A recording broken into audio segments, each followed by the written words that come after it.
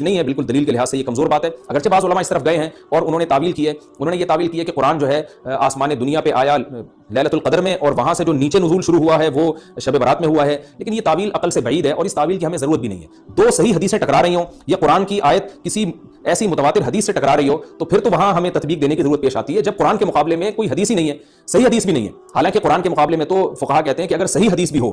متواتر نہ ہو، صحیح حدیث بھی ہو تو وہ بھی ظنی ہوتی ہے، تو اس حدیث کو رد کیا جائے گا، قرآن میں تعویل نہیں کی جائے گی۔ لیکن یہاں تو صحیح حدیث بھی نہیں ہے، یہاں تو ایک ضعیف روایت ہے اور ضعیف اقوال ہیں، آپ اس کو کیسے قرآن کے مقابلے میں لا سکتے ہیں؟ تو جو بالکل بے غبار بات ہے وہ یہی ہے کہ اللہ تعالیٰ نے قرآن مجید کو لیلۃ القدر میں نازل کیا، جو رمضان کے آخری عشرے میں ہوتی ہے، اور اسی لیلۃ القدر میں فیصلے بھی ہوتے ہیں۔ اور بعض لوگ کہتے ہیں اس میں حرج کیا ہے کہ ہم 15 شعبان کو بھی فرض کر لیں، اس میں قرآن نازل ہوا اور لیلۃ القدر میں بھی، بھائی اس سے لیلۃ القدر کی ویلیو کم ہوتی ہے۔ اللہ تو لیلۃ القدر کی ویلیو بڑھا رہے ہیں کہ یہ ایسی رات ہے جس میں ایک سال کے فیصلے بھی کر دیے جاتے ہیں اور اس میں قرآن مجید کا نزول بھی شروع ہوا۔ تو جس رات کو اللہ نے جو پروٹوکول دیا ہے وہی پروٹوکول اس کو دینا چاہیے، آپ اس کو کسی اور رات کو نہ دیں وہ پروٹوکول۔